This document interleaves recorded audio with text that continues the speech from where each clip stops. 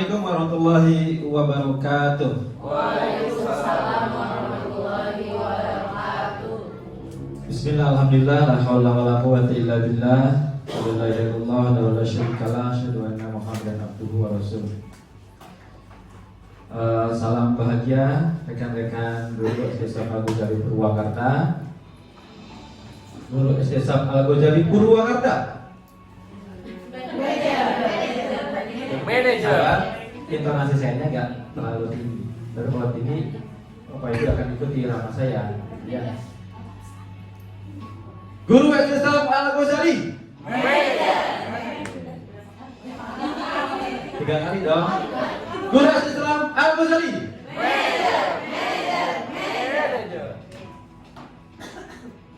Alhamdulillah, Bapak Ibu sekalian, hari ini atau sore hari ini kita dipertemukan kembali dalam sesi diseminasi budaya positif sekolah, dan ini adalah pertemuan yang kesekian kalinya atau ke berapa ya, 1, 2, 3, 4, 5 kalau saya hitung dalam program sosialisasi implementasi kurikulum merdeka ya. Dan hari ini kita saya pribadi punya misi bagaimana mensosialisasikan atau mendiseminasikan budaya positif sekolah. Jadi budaya positif sekolah ini sangat penting dalam rangka membangun peradaban sekolah. Yang lebih kecil peradaban kelas ya, bukan sekolah. Jadi kalau sekolah nanti dari 1 kelas, 2 kelas, 3 kelas, maka terjadilah sebuah integritas yang integrasi yang hebat, maka imbasnya menjadi budaya positif sekolah. Dan tujuan pembelajarannya, Bapak Ibu bisa nanti mampu memahami cara menciptakan budaya positif kelas dan sekolah. Kemudian yang berikutnya, Bapak Ibu juga mampu mendemonstrasikan pemahaman budaya positif dalam aksi nyata perubahan kelas dan sekolah. Jadi aksi nyatanya adalah langsung, tidak lama, tidak menunggu tahun depan, bulan depan, tahun depan, tapi hari Senin. Kan ini adalah hari Jumat, besok budaya kreatif hari Senin. Bapak Ibu mudah-mudahan ada mindset baru. Seperti biasa saya menyampaikan bahwa tugas saya adalah menjalankan proses ikhtiar dalam rangka menyamakan persepsi, memahamkan, dan kita sama-sama belajar. Dan mindsetnya adalah belajar sepanjang hayat. Mudah-mudahan apa yang disampaikan pada akhirnya rekan-rekan yang akan mengeksekusinya. Jadi kalau dalam bahasa agama, Allah yang kasih hidayah, saya hanya menyampaikan pesan, berbagi atau sharing informasi, dan posisinya kita sama-sama belajar. Dan mudah-mudahan dalam beberapa waktu ke depan di pertemuan ini kita bisa banyak mengambil pelajaran yang berharga. Oke. Ada kata-kata kunci yang harus dipahami, diketahui oleh rekan-rekan tentang budaya positif. Jadi bicara budaya positif itu adalah bicara tentang akhir, output. Jadi prosesnya itu belum jadi budaya, prosesnya itu namanya disiplin. Gitu ya. Ini kata-kata kuncinya yang akan kita bahas adalah disiplin positif, motivasi kemudian dan penghargaan, serta restitusi. Kemudian keyakinan kelas, kebutuhan dasar, 5 posisi kontrol, dan segitiga restitusi. 1, 2, 3, 4, 5, 6. Ini adalah kata-kata kunci dalam materi kita. Rekan-rekan, saya mohon mudah-mudahan dapat hadir sepenuh hati, karena hari ini cukup melelahkan rekan-rekan mengajar dan bersamanya anak-anak hingga tadi pukul 3:15.00. Niatkan atau luruskan niat atau kembali merekonstruksi motivasi yang asalnya ekstrinsik menjadi intrinsik, itu sangat penting. Oke, kita akan satu-satu nanti untuk mengulas ini. Walaupun ini tidak akan pernah bosan, saya akan terus mengulang materi-materi ini. Materi-materi sangat substansi, ruh. Nah, ruhnya guru itu ada di sini sebetulnya. Jadi kalau belajar di guru penggerak itu dari 10 modul ya, karena ini bukan program Bapak Ibu bukan mengikuti di kelas guru penggerak, tetapi ilmu dari guru penggerak suka saya share hari ini, sore ini. Nah, jadi 10 modul itu salah satunya adalah ruhnya dari sini. Jadi maka beruntunglah bagi mereka yang meluruskan motivasi dan niatnya, maka merugilah mereka yang mengabaikan. Ya, oke.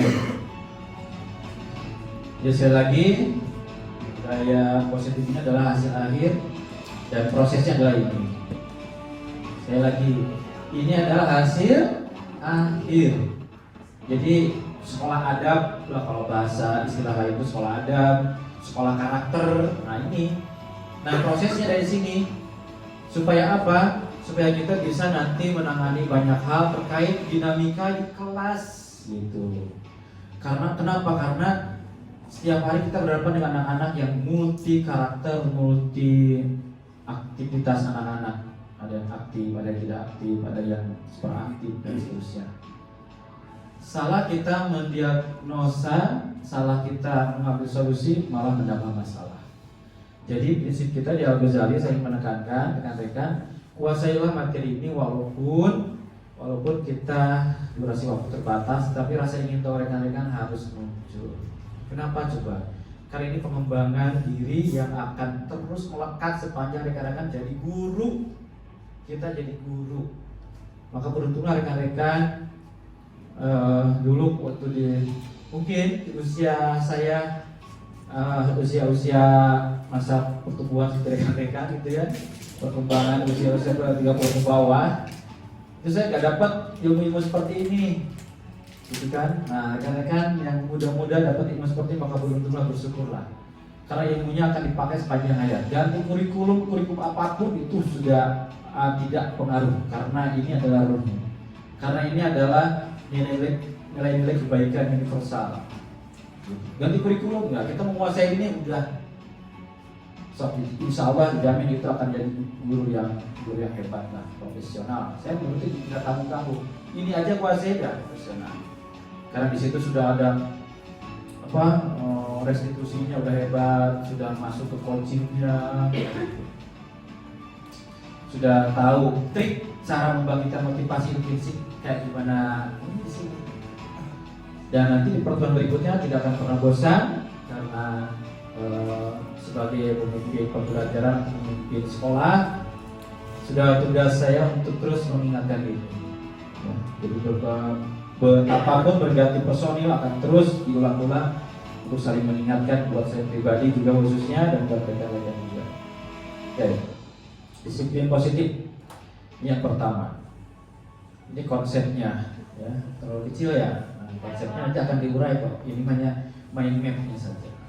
Jadi mind map ini rekan-rekan, kalau mind map rekan-rekan di kelas itu bikin sederhana. Jadi sebelum ke penyampaian penjelasan materi, sampaikan mind map-nya. Share, kalau bisa fotoin, share, tulisan tangan aja, nggak usah grafisnya, harus tulisan tangan kayak mind map itu. Share, jadi tahu, oh ini loh, jadi kisi-kisi peta ya gitu ya. Nah ini semua terkonsepkan, semua terteorikan. Jadi yang disampaikan ini berdasarkan teori, jadi tidak mengayak-ayak gitu, mengada-ada, tidak, berdasarkan riset. Dan ini akan saya share di grup karena detailnya itu ada di slide berikutnya. Nah, mudah-mudahan terbaca. Jadi jauh-jauh hari founding father kita di tokoh pendidikan kita, Kiai Hajar Dewantara, sudah menjelaskan, sudah peka terhadap dunia pendidikan. Ya, jadi sejalan dengan Diane Gossen ini yang menemukan tiga teori motivasi itu kan, dan disiplin. Jadi disiplin yang kita kenal. Jadi yang kita pahami ketika mendengar kata disiplin apa? Tepat waktu, benar. Terus tertib, teratur, siun, dihukum, disiplin. Itu yang terjadi. Padahal kalau kembali ke hitohnya, kita bisa menemukan ternyata disiplin itu pengikut. Ya. Jadi mengikuti seseorang, mengikuti atau belajar, situ artinya belajar dengan keyakinan yang dia percaya.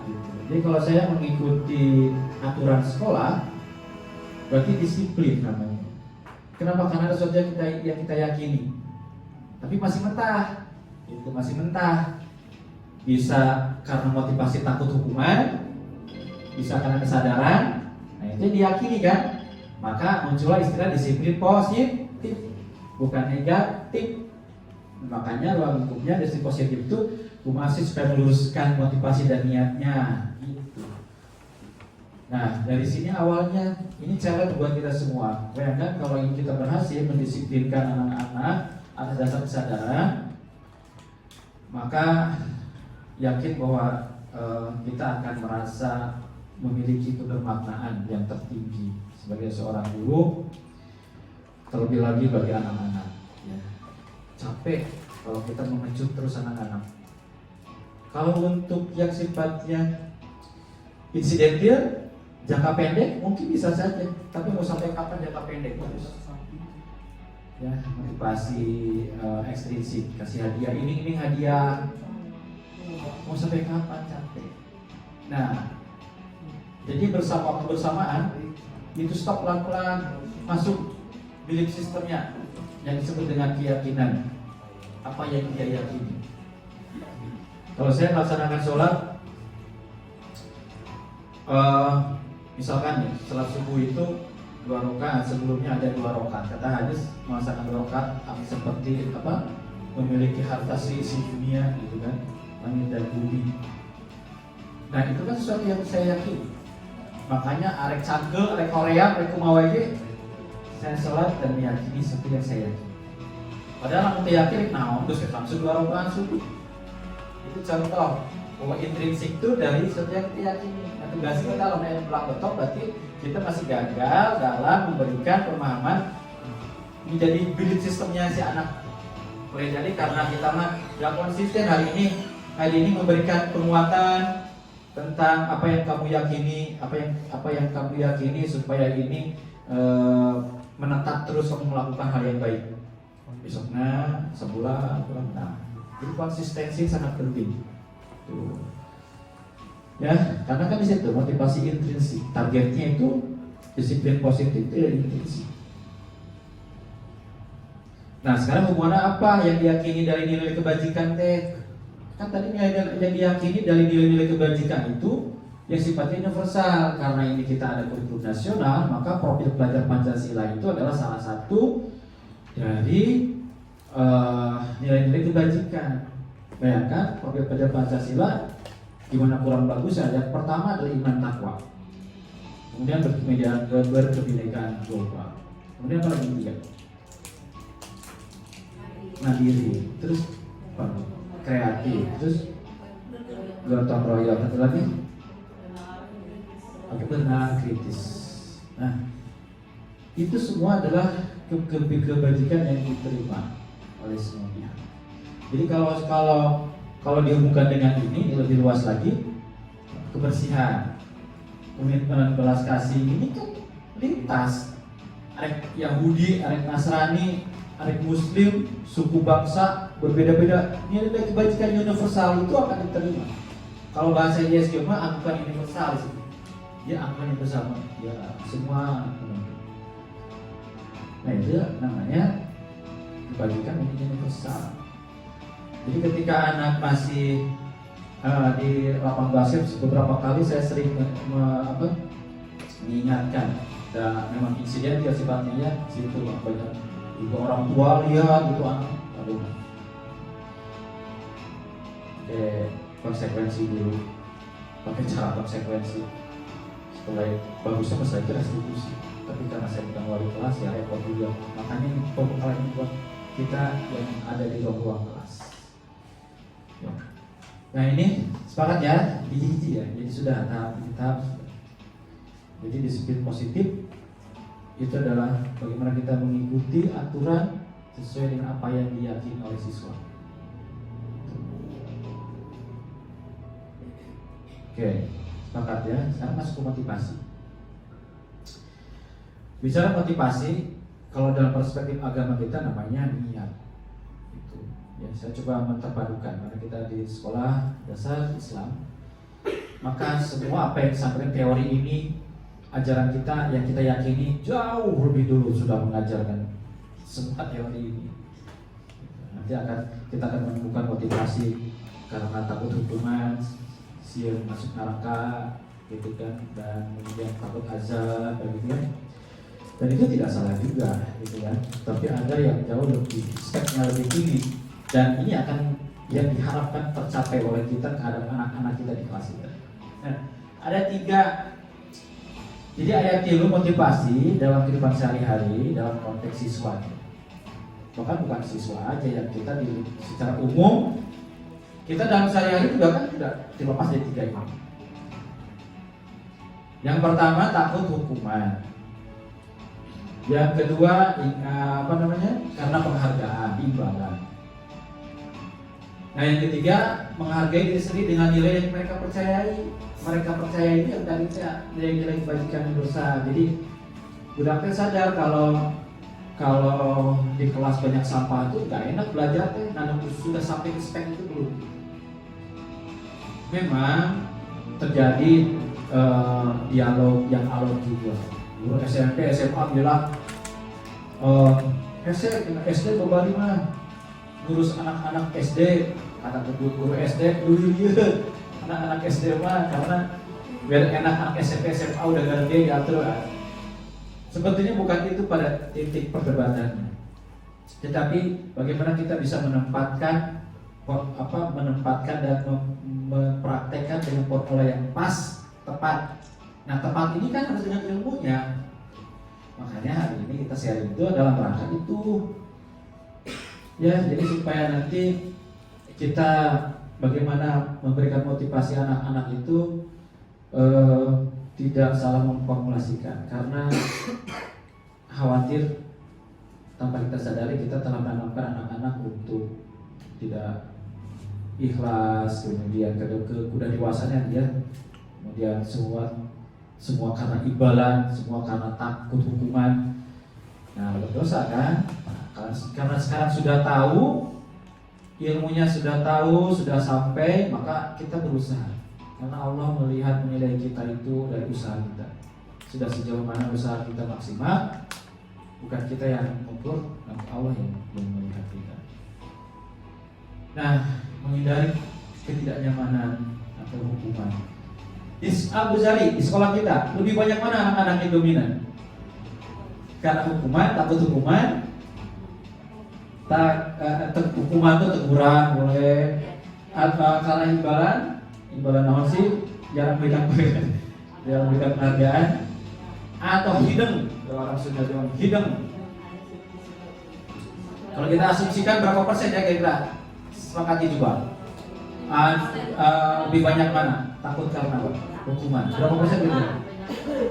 Berani ya kita menyampaikan berapa persen? 70, berapa itu? Dunia berapa persen? Tembak aja kira-kira. Langsung berpikir cepat. 70%. Berarti alhamdulillah ya, untung ibu gak ngomong 100, jadi masih menyisakan 30 anak. Saya kayaknya mancingnya 100% Pak. Iya makanya, gue mau nyebutkan ibu masih menyisakan 30% yang level 3. Nah, itu jadi motivasi itu ada 3. Tidak lepas dari itu. Oke ya, nambah lagi nih. Berarti sudah 3 tahap ya. Jadi motivasinya ada 3: menghindari hukuman, ketidaknyamanan, karena imbalan, beri hadiah, karena ini. Tapi ini atau pembahasan ini jangan sampai salah paham, salah kaprah, hati-hati. Jadi bukan berarti karena kita belajar ini sama Pak Iwan belajar ini, udah kita nggak usah ikut olimpiade, kita nggak usah ikut lomba, bukan begitu. Nah, gunakan kecerdasan kita sebagai alat. Kita kan orang dewasa. pendidikan antara dulu itu sehari dan Pak, nggak usah ini lagi ya, bisa nyari maksudnya anaknya kemana gitu. Tinggal bagaimana yang olimpiade, ternyata masih bukan proses pendidikan karakter di kelas. Olimpiade kita push keyakinan belief sistemnya. So, pembimbingnya, wali kelasnya sampaikan bahwa yang kamu yakini ikut olimpiade itu apa sih? Di waktu yang tepat menyampaikannya supaya dia sampai. Karena boleh jadi karena sebalik belief sistemnya bagus, bukan itu yang dikejar Pak. Tapi aku meyakini bahwa ini adalah pengalaman buat hidupku. Itu kan kebaikan juga. Itu yang diyakini. Jadi terus pada saat kamu kalah, pada saat kamu menang,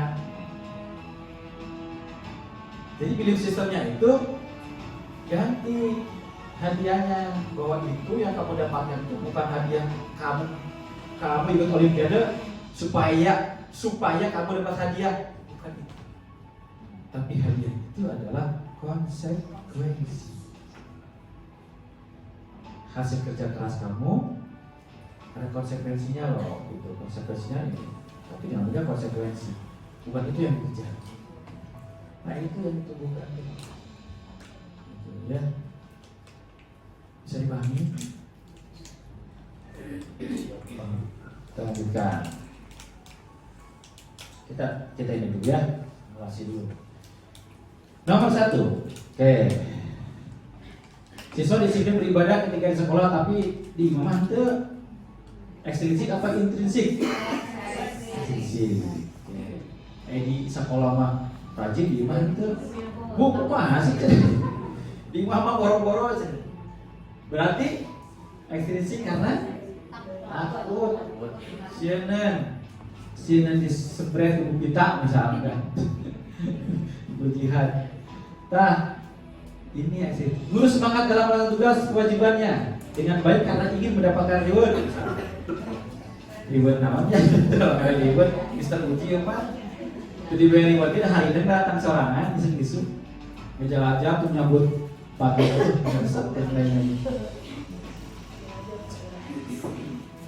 Nah ini semangat dalam guru semangat dalam melakukan tugas dan dengan baik karena ingin kan sayang banget ya karena ini. Nah rekan-rekan 2003 berarti seberapa tahun ya saya di sini ya, saya mengabdi di sini 2003 20 tahun. Kalau saya berasumsi terhadap menilai diri sendiri dengan segala kekurangan keterbatasan, ya mudah-mudahan ini asumsi namanya juga 90% mungkin konsisten tiap hari. Apakah saya dapat hadiah? Enggak. Tidak ada hubungannya. Saya merasa tidak ada hubungannya antara yang saya dapatkan. Nggak ada.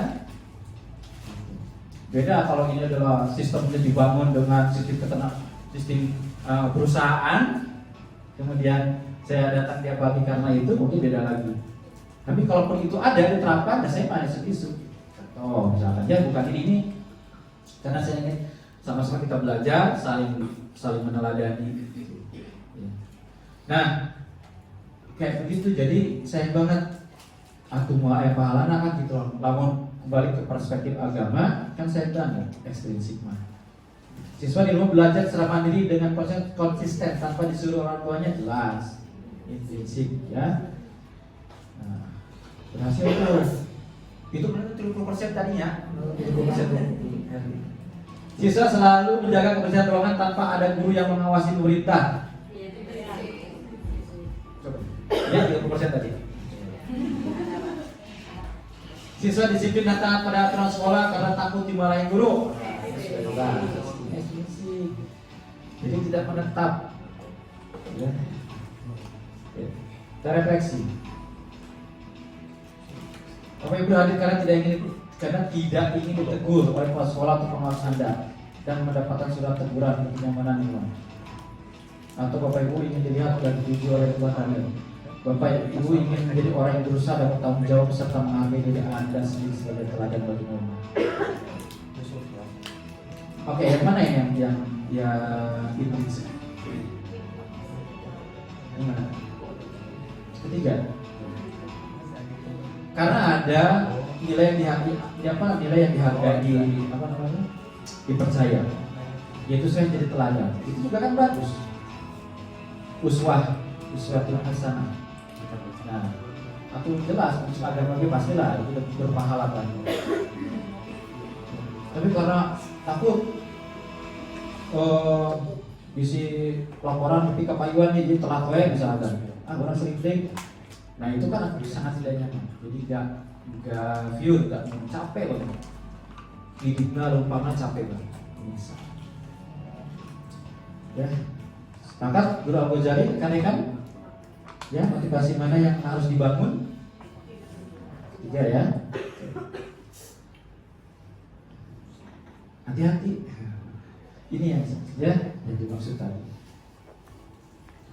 Saat kita berulang kali menjadikan hadiah kepada anak agar berperilaku bertanggung jawab, atau kepada seorang murid agar mempelajari sesuatu yang baru, atau kepada seorang karyawan agar melakukan pekerjaan berkualitas, kita sedang berasumsi mereka tidak dapat melakukannya, atau mereka tidak akan memilih untuk melakukannya. Kita sama-sama belajar. Termasuk saya mungkin sering terjebak itu. Saking terpercaya pada mata guru ngasih hadiah misalkan, makanya ini dikatakan membahayakan juga kalau jangka panjang. Nah, lagi-lagi rekan-rekan adalah orang-orang dewasa yang bisa menyaring, memahami materi-materi ini. Ya, ini semua dalam konteks apa? Dalam konteks kita membangun peradaban kelas. Ya, aing sekedar lima mangga weh, da eta mah patulah petali jeung Allah Subhanahu wa taala. Ikhlas tidak ikhlas misalkan ya. Ngasih kita melakukan suatu hadiah atau apa. Nih, kemudian Al-Fikon mengubahkan baik penghargaan maupun hukuman adalah cara-cara mengontrol perilaku seseorang yang menghancurkan potensi untuk belajar di situ. Jadi secara ideal tindakan belajar itu sendiri adalah penghargaan di situ. Dan hari kan sebelumnya ada seri berbagi juga, saya pernah memiliki di tempat ini. Itu kan ada anak yang enjoy, dia riang gembira kan karena bisa naik sepeda gitu kan. Kalau nanti budak itu gembira terus mengharapkan hadiah gitu kan. Tapi mau orang tua atau wah bisa naik sepeda, bisa naik sepeda ini mah kasih hadiah. Nah tanpa disadari anak itu nanti akan terus menagih, jadi pengen hadiah. Karena budak itu atau polos intrinsik benar gitu. Nah, jadi anak-anak belum tahu tentang konsekuensi. Kita belum memahamkan anak-anak tentang konsekuensi, gitu kan? Hadiah itu konsekuensi, tapi kan tidak mudah tetap. Kalau bisa itu kita menanamkan terlebih dahulu adalah nilai-nilai yang dipercayai oleh anak-anak sehingga jadi belief sistem keyakinan dirinya, sehingga intrinsik yang muncul. Nah. Jadi jelas nanti akan ada restitusi. Ada restitusi. Manakah yang paling efektif mampu menumbuhkan kesadaran intrinsik sesuai kodrat zaman saat ini? Ini mana kira-kira restitusi? Karena kita sudah melakukan beberapa kali training tentang restitusi. Jadi karena sudah nyambung. Ini. Nah sekarang kita coba. Murid diminta untuk push up 15 kali karena tidak menggunakan masker ke sekolah. Hukuman atau sanksi? Hukuman, ya. Jelas. Oke. Yang berikutnya, membersihkan coretan yang dibuat di meja tulis. Sanksi atau hukuman? Cuma yang sanksi. Cuma yang hukuman. Kenapa konsekuensi? Tidak berhubungan.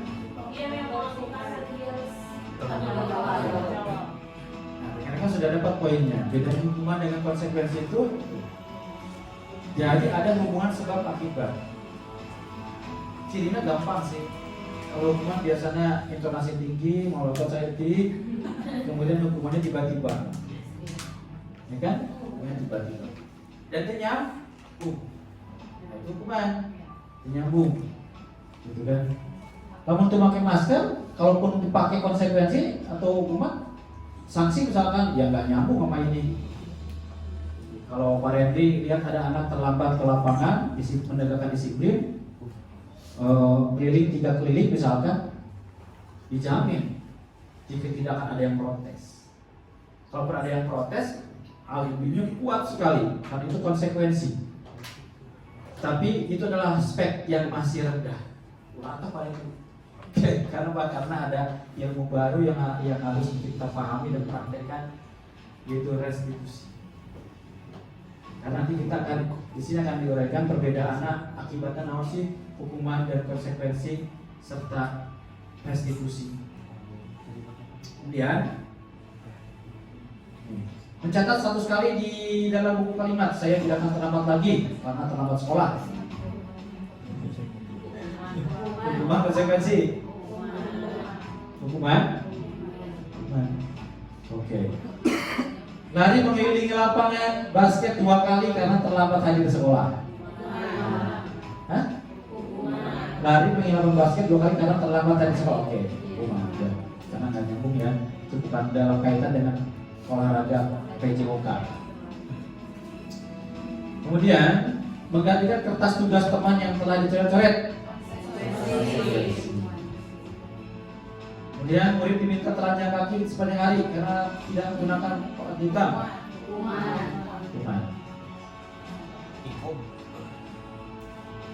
Kehilangan 10 menit jam istirahat untuk mengerjakan tugas. Ya, karena telah datang dan tertinggal pada instrumen. Iya, konsekuensi. Ya, jadi nyambung gitu.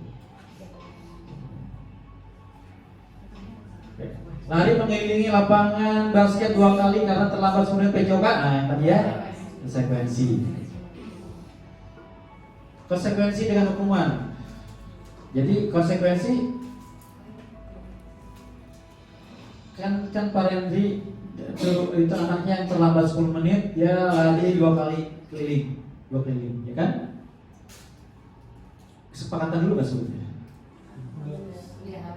Nah, kesepakatan. Oke. Jadi bedanya kalau hukuman langsung, konsekuensi ada tahapannya di situ. Jadi hati-hati nanti kalau ternyata bentuk pelanggaran dengan sanksi tidak nyambung, ini menjadi masalah. Ya, beberapa waktu lalu ada kawan-kawan guru di daerah mana itu yang viral itu sampai di pengadilan, mungkin tadi itu PAI ya, kasus apa itu? Nah, itu. Kemudian sebelumnya, nah itu kita simpati pada rekan-rekan guru. Tetapi refleksi kita sebagai guru, pelajaran bisa kita ambil, hati-hati. Nah, kemudian apakah yang tadi kertas yang dicoret kertas yang disobek atau yang dicoret-coret harus dikonsekuensi dihapus serta merta langsung di tempat hapus sama kamu ini, kamu sudah mencoret-coret temannya, buku temannya hapus. Apakah begitu? Nah, karena ilmu sekarang sudah nambah, pengetahuan kita sudah nambah, pedagogi kita sudah nambah, maka bersabarlah. Kenapa? Karena nanti akan ada grafik, akibatnya kayak gimana? Keren ya, aslinya. Ini keren banget. Ya, keren banget nih materi ini. Akan merubah mindset kita dan menjadi guru. Ya, tidak tanggung. Insya Allah mengizinkan, memudahkan urusan kita jadi guru bagus, guru hebat. Benar. Nah, ini kan gede gitu masih. Dia langsung di tempat. Mau hukuman kayak mau konsekuensi dan di tempat. Ini ilustrasi uangnya. Nah, bergeser Pak sini. Restitusi tergeser. Jadi mau sampai kapan kita masih menggunakan pola-pola lama? Hayu kurang bebarengan, pelan-pelan kita tinggalkan pola-pola lama demi kebaikan kita dan bangun peradaban. Kalau kita sudah mempraktikkan ini, terasanya akan sangat marketable buat sekolah. Karena apa? Karena kan restitusi karena sudah tahu anak yang menyampaikan bentuk kesalahannya, anak yang menyatakan pelanggaran atas kesepakatan, anak juga yang memecahkan masalah, memperbaiki kesalahan, anak juga yang berkomitmen. Kita hanya memahami. Dibutuhkan kesabaran super tinggi, kesabaran yang tidak main-main. Ya.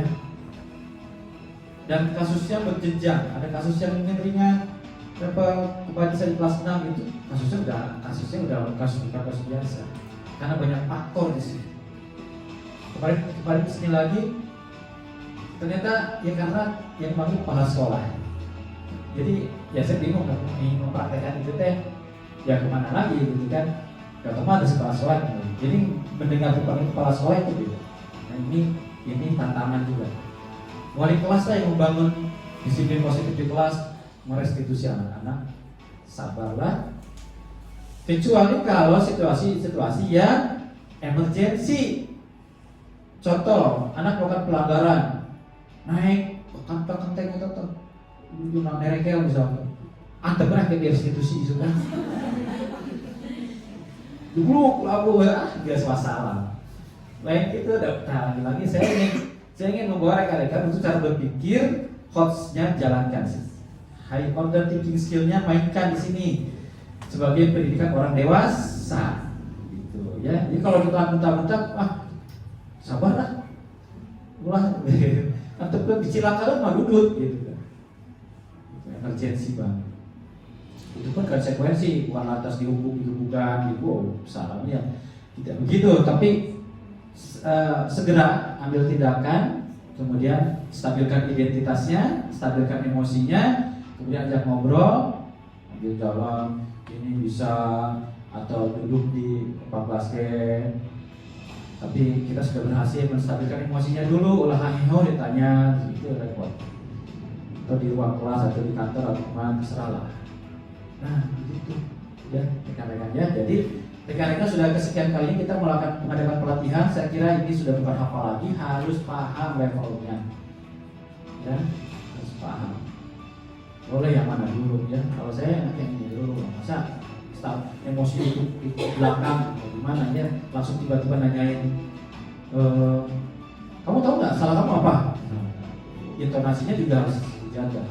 Tapi stabilkan dulu emosinya. Saya beberapa kali kasih contoh ya, kalau saya misalkan contoh nih, saya sama Pak Bira jalan-jalan di emperan toko, trotoar Persejuangan, tiba-tiba saya terpleset, musibah tidak diduganya, atau mah dijalike atau disoledat, belum waktu mengalami itu kan, ini ada masa malu dan sebagainya. Nah, Bira sekarang sudah belajar ini, misalkan merangkul saya gitu kan. Pak, tenang Pak, saya dulu pernah lebih enak kok mau saya mau Pak, cuma di supermarket saya mau ya. Saya enak jadi bahasa itu. Ya gitu. Cuma bahasa kalau mau paham. Nah, itu menstabilkan emosi. Bahwa setiap orang pernah melakukan kesalahan. Bukan hanya kamu, teman-teman yang lain juga pernah tuh. Cuma itu tambahin. Nah, hanya saja mereka berhasil berhasil merubah, perbaiki kesalahannya, itu aja. Dulu Bapak pernah kayak gini, tapi Bapak berusaha bisa merubah.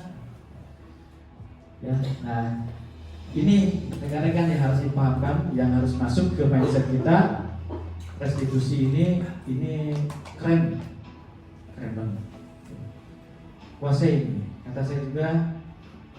Sok hal-hal yang kasus-kasus yang kecil, restitusi. Sampai kita melatih skill pertanyaan pemantik. Jadi pertanyaan pemantik ini akan jadi otomatis yang kita sampaikan kalau terus-terusan. Tapi kalau menghindar terus, saya mau sampai kapan?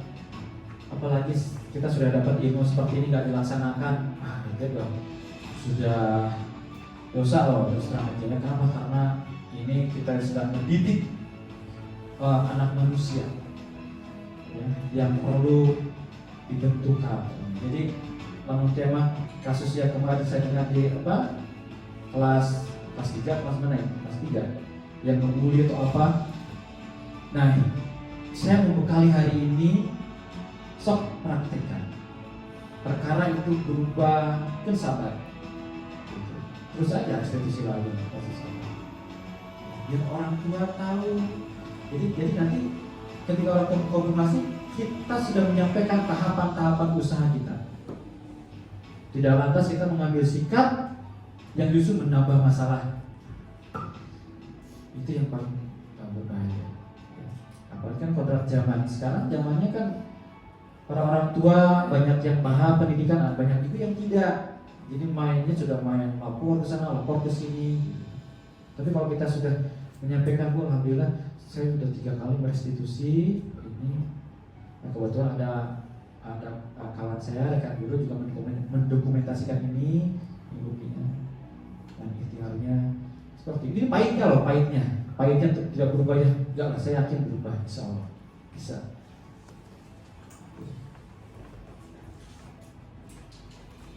Kemudian, nah ini identitas gagal, hukuman. Sesuatu yang kita harus terjadi, hukuman. Konsekuensi sesuatu harus terjadi. Ya iya, harusnya gantian. Itu konsekuensi. Harus dihapus, kan mencoret-coret, itu konsekuensi. Kalau salah harus minta maaf, itu konsekuensi. Oke, kemudian tidak nyaman. Anak jangka panjang. Ingat terus umur hidup tadi dihukum. Ada yang pernah tahu? Ada yang hilang mah. Mengges-ges. Ingat berbanyak istighfar ya. Nah, saya pernah, kalau saya bebas, saya pernah karena belum tahu ilmunya, gitu ya. Pernah kita semua nih jangka panjang. Kemana tuh menebusnya? Semua dia tuh kempang di rumah lagi segini. Ingat-ingat deh. Kodrat zamannya sudah berubah. Dulu ketika saya mendapatkan hukuman langsung di tempat misalnya pelajaran PSPB dulu, terkira lain kata sopan. Wah, gitu bukan jembing, kerja bawah, dipanggil sama guru ke depan.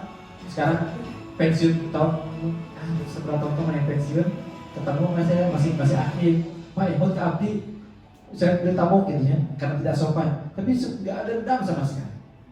Karena saya meyakini bahwa itu saya melanggar keyakinan yang harusnya saya yakini, yaitu sopan santun. Tapi zaman saya sudah berubah sekarang. Kenapa? Karena sudah ada perlindungan anak, Komnas HAM dan seterusnya. Jadi kodrat zamannya ada berubah, sudah bergeser. Kalau ini jangka pendek, benar kan konsekuensi jangka pendek kan? Kalau ini dia yang baking nggak bisa disobek, berarti harus ganti buku atau coret-coret dihapus. Kalau menghilangkan diganti, itu kan jangka pendek. Kalau restitusi menguatkan untuk murid dalam jangka waktu panjang.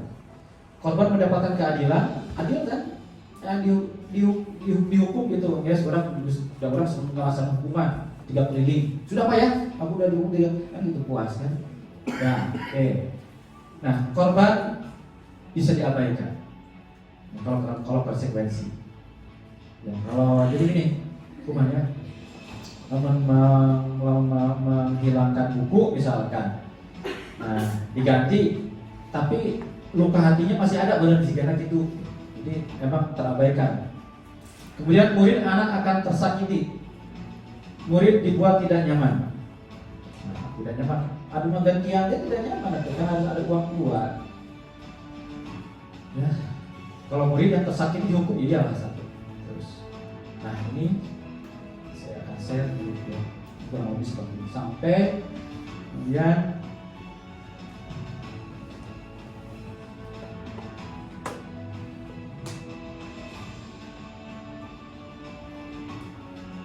hukuman dibuat oleh guru dan murid atau anak, dibuat oleh murid atau anak.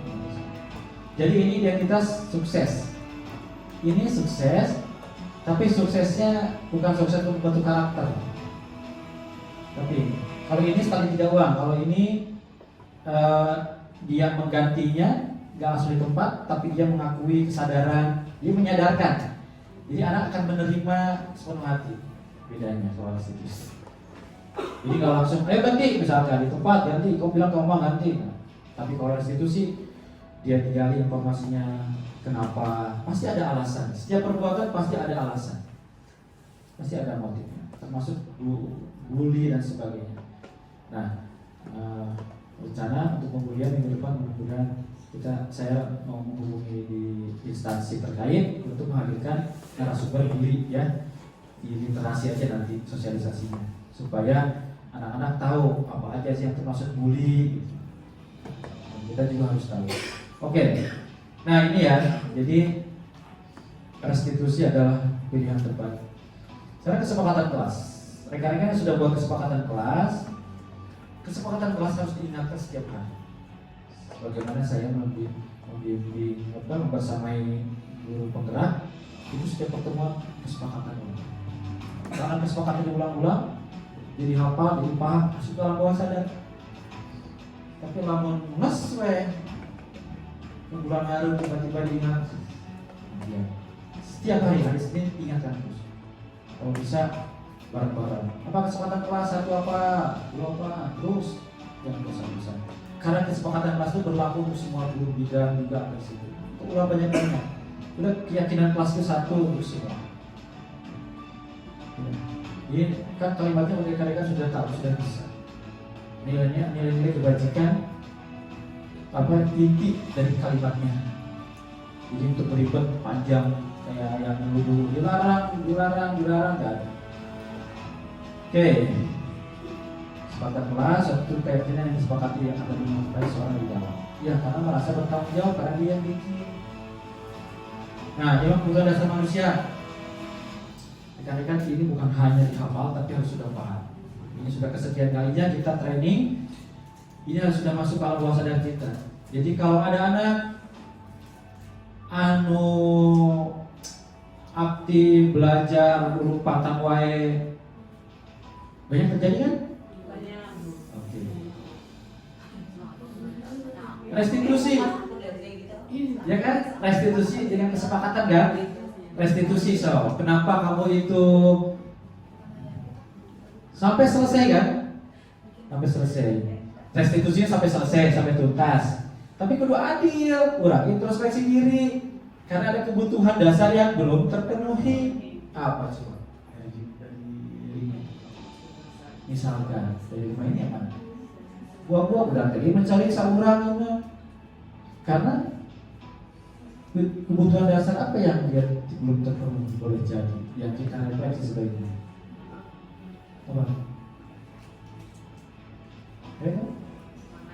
Kesenangan, kebebasan, mengarengkan lain misalkan. Karena pembelajarannya saya udah menghadirkan pembelajaran menyenangkan belum?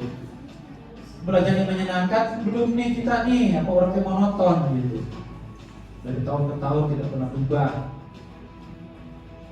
Kebebasan ya kan saya pernah sharing, kita pernah sharing di sini. Kebebasan bermakna itu melibatkan seluruh panca indera. Dan budak 2 jam sampai kalau kiwe diu kulis sesedia berjalan kelompok. Gimana? Maka dia perlu ada gerakan game atau apa. Setiap game direfleksi. Apa sih yang mau kita kejar gitu? Kayak nama karakter. Sekarang karakter. Karena apa? Karena kalau karakternya baik, semangat, senang, nuturkeun itu kabisa bakal nuturkeun. Dia bakalan mengikuti dengan sendiri. Karena dia senang dengan kita, senang dengan pembelajaran kita. Walaupun baginya itu terpisah, ya, terpisah nanti. Jadi 2 hal berbeda. Anak senang-senang dengan ketawa-ketawa, dengan ketawa-ketawa senang, materinya kemana, tujuan pelajaran kemana, ya begitu. Itu 2 hal yang berbeda dan kita akan bahas itu bukan di topik ini. Oke, jelas ya. Jadi ini kasih sayang. Bayangkan kalau kita menghadirkan pelayanan yang hebat, tidak perlu di grup di Japri ada 25 anak di kelas di Japri di Ibu ini alhamdulillah anaknya minggu ini saya lihat gini-gini perkembangan disampaikan. Oh keren itu, mantap pelayanan. Oke. Nah ini nih 5 ini sudah kita bahas dulu. Bukan hanya harus dihafal, paham dimanakah posisi kita. Kita refleksikan. Dengan jujur kita akan bisa menjawab ini semua. Penghukum, pembuat asal bersalah, teman, penonton, menguji.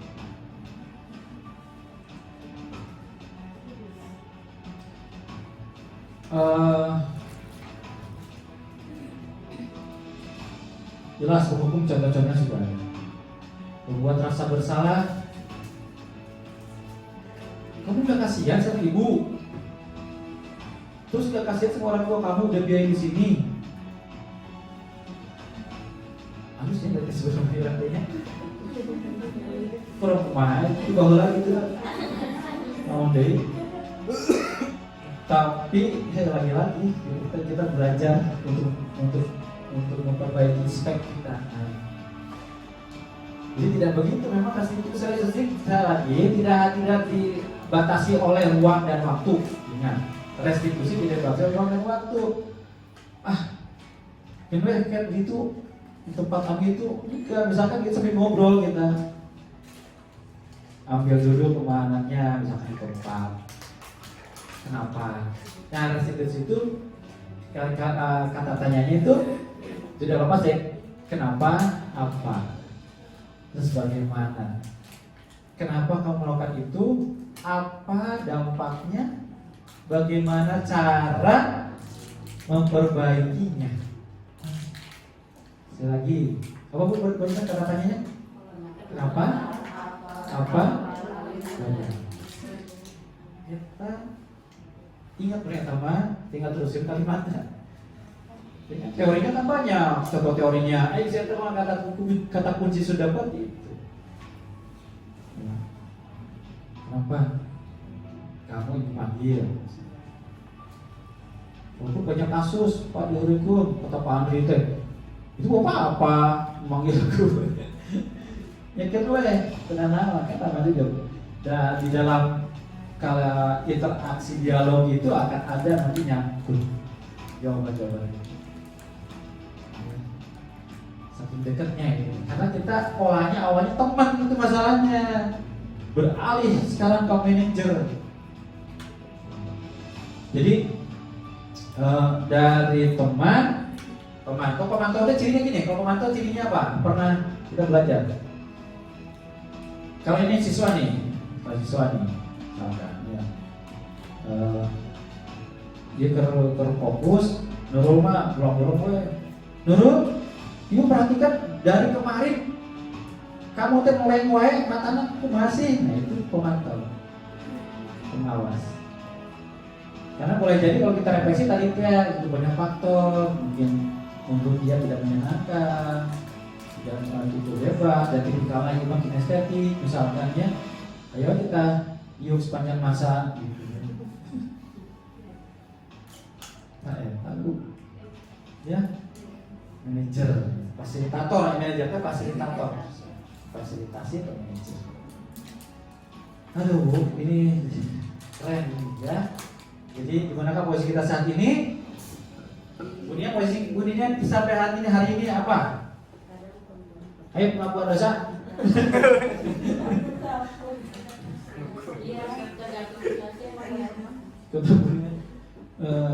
Penghukum bapak. Apa bunyinya posisi? Apa hukum enggak? Terus yang mana tuh? Enggak ada di sini Pak posisi. Lu mana? Si Pugu. Coba tuh udah. Kalau bisa jadi Oke, dominan. Ya ini semua pernah kita juga. Yang dominan mana Bu? Cepat. 1, 2, 3. Ayo udah mulai dinilai, supervisinya beda deh itu mana? Iya boleh. Sebelum keluar apa posisi? Gimana kebiasaan Bu Vita saat ini? Kadang jadi teman, Oke. kadang jadi Udah pemantau AMBK nggak salah ya? pemantau ya. Oke. Jadi presentasinya teman ya, sekian Ya, dominan sekian ya. banyak jadi Oke. juga manajer. Oke. Boleh, itu passwordnya. Bukan pulang, password pulang. Boleh ya, bener. Yang mana? Yang dekat dulu dan apa yang KB? Ayo. Singkat aja Bu. Teman, good. Bu AC.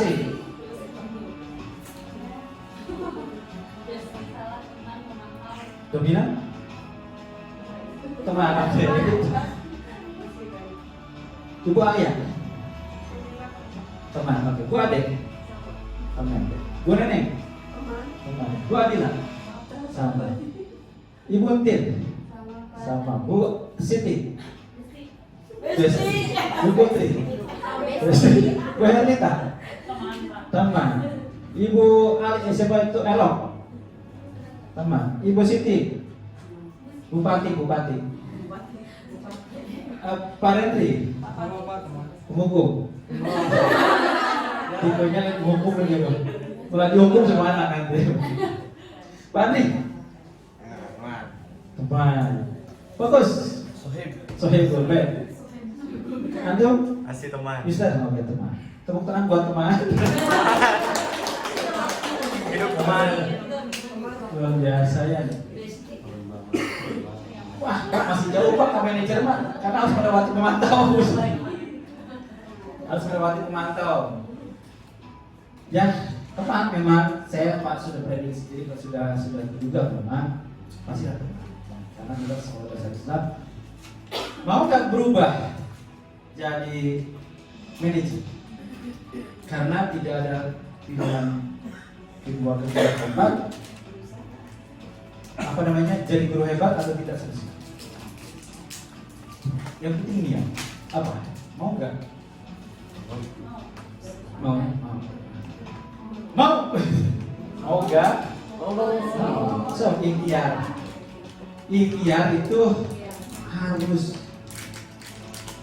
Kenapa? Karena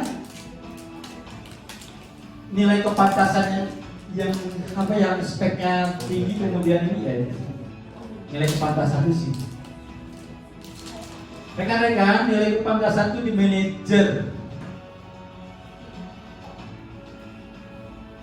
Ini pokoknya apa? Rasa. Nah, mungkin kalau tidak pernah mengalami, tiba-tiba ngomong gini kan. So, narasumber beda. Perhatikan, kalau panggil narasumber, dia tidak pernah mengalami, maka energi apa yang disampaikan itu beda. Saya nilai kepantasan itu nilai kepantasan itu dari diksinya trainer Maria Teguh sih, nilai kepantasan. Nah, saya merasakan betul ini dulu ketika jadi wali kelas, totalitas itu benar luar biasa. Dan itu konsekuensi, bukan itu yang dibunuh, bukan pembunuh harta karun atau apa, itu konsekuensi. Walaupun diuji sama Allah ketika konsekuensinya positif, kan nilai kepantasannya, itu terganggu, dia orientasinya agak mencol gitu. Nah ini, pokoknya berusaha untuk jadi seorang manajer, ikhlas, ya rekan-rekan ya. Demi keselamatan kita, karena restitusi ini sangat penting sekali. Oke, kemudian lagi saya ulang lagi kembali ini clear ya. Monggo praktekkan, silakan praktekkan dari hal-hal yang kecil di ruang-ruang kelas supaya spek kita naik dari bulan ke bulan, dari tahun ke tahun terus. Ya. Nah ini apa namanya? Tujuannya ini di profil pada Pancasila, kurang mengacerdas pikir berprestasi. Prestasi itu, ingat pemahaman kita kalau ditanya prestasi apa aja, bukan identik dengan juara dapat piala sanes. Maksudnya prestasi itu adalah dia berubah perilakunya, dia berubah dari yang buruk jadi baik lebih baik, itu prestasi. Hari hadiah mas sekali lagi itu mah konsekuensi, itu hadiah dari Allah. SD Salam Kejali Purwakarta mendapat penghargaan sekolah berbudaya positif, sekolah adab sekolah terfavorit, itu konsekuensi. Coba kita ke jalan sekarang yuk supaya kita dapat penghargaan terfavorit. Iya, pokoknya bu, isu-isu harus nyari kabeh, buru-buru sabut, capek. Ya, tapi kalau kesadaran intrinsik, cuma kata Kiai Jaliwantara apa? Saya lupa gak screenshot di LMS. Kata Kiai Jaliwantara, kalau kemudian intrinsik tidak tumbuh, maka peraturan sekolah lembaga pendidikan yang harus mendisiplinkan guru. Oh ternyata hebat Kiai Jaliwantara, luar biasa. Jadi yang mendisiplinkan, jadi pemerintah bahasanya itu kekuasaan yang mendisiplinkan masyarakat. Namun kalau tidak intrinsik kesadaran itu, karenanya kita orang dewasa setelah mendapat pemahaman ini, mudah-mudahan sukses mulailah untuk merubah pendekatan kita, merubah kinerja kita. Jadi mulanya karunya buntir terus, sambut tamu buntir, disumbuki karunya. Padahal yang patah itu aja. Tapi ibu begitu ibu sambut, saya kan sering nafas. Bantu bunyi aja, kejar. Nah, terus apa lagi? Kemudian kalau masuk kelas, saya percaya kita rekan-rekan ya, masuk ke kelas mah mesti ada masalah pergantian jam atau apa, rekan-rekan sudah bagus lah ya. Di sini itu malulah kalau lambat masuk ke kelas. Jadi lagi-lagi masuk ke kelas tuh bukan karena malu, terlambat masuk ke kelas bukan karena malu, lagi-lagi ekstrinsik tapi kasih sakitnya. Udah itu karena keyakinan saya meyakini bahwa itu adalah tugas kewajiban saya, memberikan teladan sama anak-anak. Udah itu. Gitu. Jadi salah dua ya nanti kan, kalau terlambat malu nih. Nah, jadi berangkatnya dari sini, peraturan kelas itu maksudnya kesepakatan kelas, kemudian jadi keyakinan kelas. Jadi lingkungan nanti positif, tidak harus 100% di sekolah. Pasti ada dinamika masalah maya-waye seperti yang sudah kita lewati banyak. Nah, karena dominan luar biasa sekolah ini jadilah budaya positif sekolah karakter. Kan sekolah karakter jadi visi sekolah-sekolah padahal jalannya masih banyak problem-problem. Visi sekolah jadi sekolah peradaban gaya kan. Ternyata untuk mencapai itu tuh wah luar biasa perjuangan. Usaha yang dilakukan luar biasa. Nah, sudah kalau tidak salah tinggal refleksi pembelajaran pengalaman ya. Nah, refleksi pembelajaran rekan-rekan. Gini, pertanyaan pertama. Kan saya kalau refleksi ada 4 ya. Kayak gitu nasi. Apa ya? Oke, terus yang kedua. Oke, perasaannya bukan perasaan suasana ketika pembelajaran, tapi perasaan ketika rekan-rekan dapat materi ini. Jadi bukan ini kan, karena kalau alat ukurnya perasaan itu adalah membosankan, saya tidak menghadirkan game, tidak menghadirkan mesin, bukan itu. Tapi kita orang dewasa. Kalau anak-anak pasti ke sana larinya gitu. Orang dewasa bukan. Tapi setelah kemarin saya ke posisi teman, dia di perasaan itu sekarang perasaannya ada seperti di burung bergerak tuh, perasaan seperti remuk, seperti saya seperti remuk menghantam, bahasanya menghantam, seperti menghantam karena dia menghayati setiap materi-materi baru itu. Nah kemudian yang terakhir apa? Langkah apa yang akan saya lakukan? Nah saya pasti yang ibu kirim di situ baca itu jadi saya luar biasa. Tapi ada beberapa hal yang kalimatnya seperti masih ngambang, bingung, kayak di wilayah abu-abu. Nah itu seperti apa ya? Setiap hari seperti melayang aja ngajar tiap pengolehan ke arah tujuannya kemana. Nah pastikan coba Bapak Ibu merefleksi apa pelajaran yang bisa diambil hari ini. Kemudian bagaimana perasaan before after. Kemudian yang ketiga, langkah apa yang akan saya lakukan sebagai bentuk komitmen saya. Walaupun ini niat usaha, insya Allah usaha. Bukankah semua berawal dari niat yang kuat? Tinggal niatnya niat asal-asalan, apa niat berkejam gitu. Bu, saya tunggu, masih banyak waktu, dan saya tunggu paling ngetiknya berapa menit sih. Silakan masukkan ke nomor saya, sudah ada kan?